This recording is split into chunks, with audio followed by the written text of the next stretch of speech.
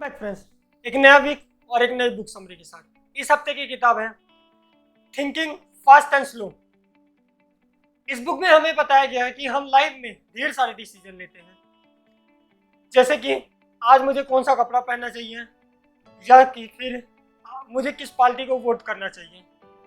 हम जितने भी डिसीजन अपनी लाइफ में लेते हैं वो दो कैटेगरी में हम डिवाइड कर सकते हैं। एक फास्ट थिंकिंग डिसीजन, दूसरा स्लो थिंकिंग डिसीजन।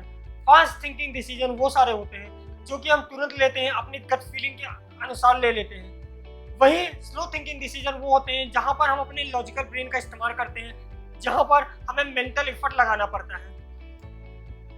और मैं ये नहीं कह रहा हूँ कि कौन सा डिसीजन सही है या गलत, दोनों डिसीजन अपनी अपनी जगह सही है, लेकिन कई बार हम ऐसा करते हैं अपनी लाइफ में कि जहां पर हमें स्लो थिंकिंग डिसीजन लेना चाहिए था, अपना लॉजिकल ब्रेन मेमोरी एफर्ट लगाने की जगह, वहां पर हम जल्दी से बायस होकर फास्ट थिंकिंग डिसीजन ले लेते हैं, जिसके कारण हमारे कई लाइफ चॉइसेस गलत हो जाते हैं और हमें उसके कारण मुसीबत भी झेलनी पड़ सकती है या हमारा नुकसान भी हो सकता है। तो चलिए देखते हैं वो कौन कौन से बायसेस हैं इसका इस्तेमाल दूसरा कोई हमारे ऊपर कर सकता है, या ऐसे बायसेस के कारण हमें स्लो थिंकिंग डिसीजन की जगह फास्ट थिंकिंग डिसीजन ले लेते हैं और जो गलत हो जाते हैं हमारे।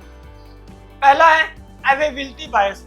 यहाँ पर ऐसा क्या होता है कि कई बार हमें किसी पर्टिकुलर चीज के बारे में इतनी ज्यादा न्यूज आ जाती है जिसके कारण हम गलत डिसीजन ले सकते हैं। जैसे कि अगर कोई न्यूज आई है कि प्लेन अभी क्रैश हो गया और उसके बारे में ढेर सारी न्यूज भी आ रही है, सोशल मीडिया पे आ रहा है, तो हमें ऐसा लगने लगेगा कि प्लेन पे ट्रेवल नहीं करना चाहिए, हमारी भी जान खतरे में होगी और हम तुरंत डिसीजन ले लेते हैं कि हम प्लेन से कभी ट्रेवल नहीं करेंगे। बल्कि अगर लॉजिकल दिमाग लगाएं और स्लो थिंकिंग की तरह सोचें तो हमें पता चलेगा कि स्टैटिक्स ये शो करते हैं कि प्लेन से ट्रेवल करना सबसे सेफेस्ट ऑप्शन होता है। इसी कारण हमें कई बार अपने बायसेस के कारण डिसीजन नहीं लेना चाहिए, बल्कि स्लो थिंकिंग करके उसे लॉजिकल चीजों को देखना चाहिए। दूसरा होता है एंकरिंग बायस। यहाँ पर क्या होता है कि दो नंबर को कंपेयर करके हम एक नंबर को सेलेक्ट कर लेते हैं बायस होकर। जैसे कि अगर मैं आपको बताऊं कि एक एक्सपेरिमेंट में दो ग्रुप से पूछा गया कि एक आम के पेड़ की लेंथ कितनी होगी, और एक ग्रुप को यह बताया गया कि आप ये बताइए कि आम के पेड़ की लेंथ 200 फीट से ज्यादा होगी या कम। वहीं दूसरे ग्रुप को ये पूछा गया कि आम के पेड़ की लेंथ 50 फीट से ज्यादा होगी या कम। तो पता चला कि फर्स्ट ग्रुप में जिसको 200 फीट बोला गया था उसका एवरेज आया 150, बल्कि वहीं दूसरा ग्रुप जिनको 50 बोला गया था उनका एवरेज आया 100। यहाँ पर इसलिए इतना डिफरेंस है क्योंकि उन लोगों ने अपना आंसर पहले जो उनको क्वेश्चन में आंसर दिया गया था वैल्यू, उसके बेसिस पे लिया है। इसका सबसे अच्छा इस्तेमाल सेल्स के दौरान कंपनीज करती है। वो हमें हमेशा एक ऐसा रेट दिखा देती है जिसको कट करके फिर हमें डिस्काउंट देती है, और हम हमेशा प्राइस को उस डिस्काउंटेड प्राइस के साथ कंपेयर करते हैं कि ये प्रोडक्ट देखो 2000 का था, मुझे 1500 का मिल रहा है, तो ये देखो 25% डिस्काउंट मिल रहा है, हम जल्दी ले लेते। तो वहां पर हम स्लो थिंकिंग से ये सोचने की कोशिश बिल्कुल नहीं करते शायद ये प्रोडक्ट 1000 रुपए की वैल्यू रखता हो और कंपनी हमें टैक्टिक्स लगाकर इस प्रोडक्ट को 1500 में बेचने की कोशिश कर रहे हैं, और यहीं पर हम गलती कर सकते हैं। तीसरा होता है फ्रेमिंग बायस। यहाँ पर क्या किया जाता है कि आपसे इस तरीके से क्वेश्चन पूछा जाता है कि आपका आंसर डिफर कर सकता है। यहाँ पर क्वेश्चन को डिफरेंट तरीके से पूछने के कारण आपका आंसर बदल सकता है। जैसे कि मान लीजिए कोई पेशेंट है जो बहुत ज्यादा बीमार है और एक डॉक्टर उससे बोलता है कि आप ऑपरेशन करा लीजिए, आपका ऑपरेशन के कारण 90% चांस है कि आप बच जाएंगे। वही दूसरा डॉक्टर बोलता है आप ऑपरेशन करा लीजिए, आपके मरने के चांसेस सिर्फ 10% है। तो पेशेंट यहाँ पर 90% वाले डॉक्टर को ज्यादा सजेस्ट करेगा, क्योंकि हमारा ब्रेन बेनिफिट को, सर्टेनिटी को, रिस्क और लॉसेस के ऊपर रखता है। और पहला डॉक्टर ने क्वेश्चन को इस तरीके से फ्रेम किया हुआ था, इस तरीके से उसने एक सवाल को पूछा कि आप ऑपरेशन कराएंगे या नहीं कराएंगे, कि 90% आपके सर्वाइवल के चांसेस, वो 90% के कारण वो पेशेंट 90% सर्वाइवल को ज्यादा महत्व देगा 10% डेथ के कारण। और फिर अगला बायस होता है कंफर्मेशन बायस। कई बार हमारे अंदर कई तरीके के बिलीव होते हैं कि ये चीज सही होगी, और हमारा दिमाग हमेशा बस ऐसे प्रूफ ढूंढने की कोशिश करता है जो हमारे बिलीव को बस सही बताने की कोशिश करता है। मान लीजिए अगर आप सोचते हैं कि किसी एक पर्टिकुलर फील्ड में बहुत जल्दी आप अमीर बन सकते हैं, और उसी समय एक ऐसा न्यूज आता है कि इस पर्टिकुलर फील्ड में जाने के कारण वो बंदा 2 महीने में ही करोड़पति हो, तो आप उस न्यूज को जल्दी मान लेंगे, ये सोचेंगे नहीं कि ये न्यूज सही है या गलत है, क्या इस न्यूज ने सारी जानकारी दी है या नहीं दी है। आप फास्ट थिंकिंग करके तुरंत ही उस न्यूज को सही मान लेंगे, क्योंकि हमारा ब्रेन उन चीज़ों को जल्दी मान लेता है जिस चीज़ में हम पहले ही बिलीव कर रहे हो।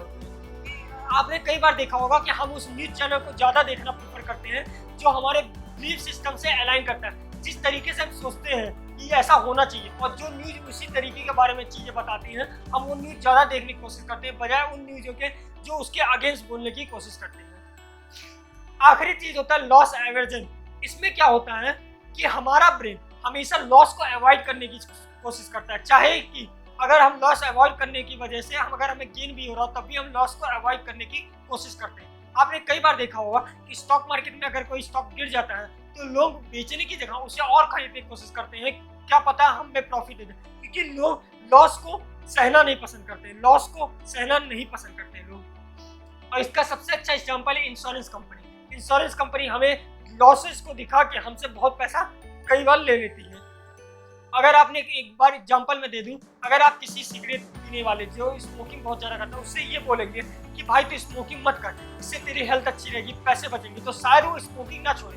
बल्कि अगर उसे ये बोला जाए कि भाई स्मोकिंग छोड़ दे, इसके कारण तुझे कैंसर हो सकता है, तू मर सकता है, तेरी फैमिली को प्रॉब्लम हो सकती है, तो स्मोकिंग को छोड़ सकता है। क्योंकि हम लोग लॉसेस को हमेशा अवॉइड करने की सोचते हैं, ना कि हम गेन के बारे में ज़्यादा सोचते हैं। अगर हमारा लॉस कहीं पर नहीं हो रहा है तो उसी के बारे में हम ज़्यादा सोचेंगे।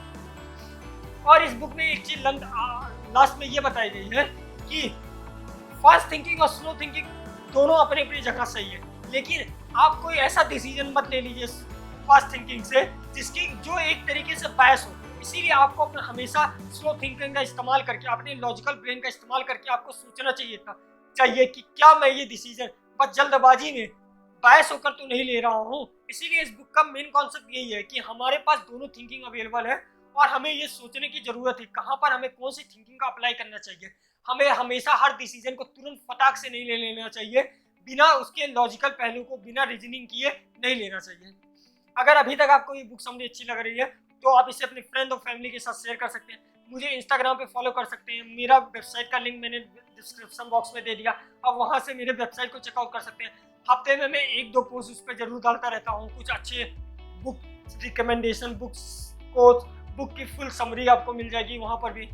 अब इस बुक का कंक्लूजन देख लेते हैं। यहाँ पर ये बताया गया कि हम अपने लाइफ के डिसीजन जो होते हैं, कुछ डिसीजन फास्ट थिंकिंग के थ्रू लेते हैं, कुछ डिसीजन को स्लो थिंकिंग के बेसिस पे लेते हैं, लेकिन हमें बायस होकर डिसीजन नहीं लेना चाहिए क्योंकि इसका फायदा लोग उठा सकते हैं। जैसे अवेलेबिलिटी बायस, जहाँ पर कुछ पर्टिकुलर न्यूज को सुन के कारण हम बायस होकर डिसीजन ले सकते हैं। एंकरिंग बायस, जहाँ पर कुछ पर्टिकुलर नंबर के कंपैरिजन के कारण हम बायस होकर डिसीजन ले सकते हैं। फ्रेमिंग बायस, जहाँ पर ऐसे तरीके से क्वेश्चन पूछा जाएगा कि उस क्वेश्चन के फ्रेम के कारण हम कोई गलत डिसीजन ले सकते हैं। कंफर्मेशन बायस, जहाँ पर पहले से हमारा कोई बिलीव होता है, उस बिलीव के बेसिस पे अगर कोई चीज़ दिखी रही है तो हम उस पर ज़्यादा बिलीव करेंगे बजाय उन चीज़ों के बारे में जो कि उस बिलीव को हमारे तोड़ने की कोशिश कर रहे हैं। लॉस एवर्जन, जहाँ पर हम हमेशा लॉस को अवॉइड करने की कोशिश करते हैं चाहे हमें गेन हो या ना हो। ये सारी चीज़ें हमने जिस बुक से कवर की है उस बुक का नाम है थिंकिंग फास्ट एंड स्लो। ये बहुत अच्छी बुक है। अगर आपको अभी तक बुक समरी अच्छा लगा तो आप इस वीडियो को लाइक कर सकते हैं, शेयर कर सकते हैं, सब्सक्राइब कर सकते हैं मेरे चैनल। अगर आपको ये बुक खरीदना है तो मैं इसका भी लिंक डिस्क्रिप्शन बॉक्स में दे दूंगा, आप वहाँ से ये बुक खरीद सकते हैं। और मुझे इंस्टाग्राम पे फॉलो करना मत भूलिएगा, और मैंने अपने ब्लॉग का भी लिंक डाल दिया, आप वहाँ से मेरे ब्लॉग को भी विजिट कर सकते हैं। Thank you. नेक्स्ट वीक मिलेंगे कुछ नेक्स्ट बुक समरी के साथ, तब तक के लिए गुड बाय।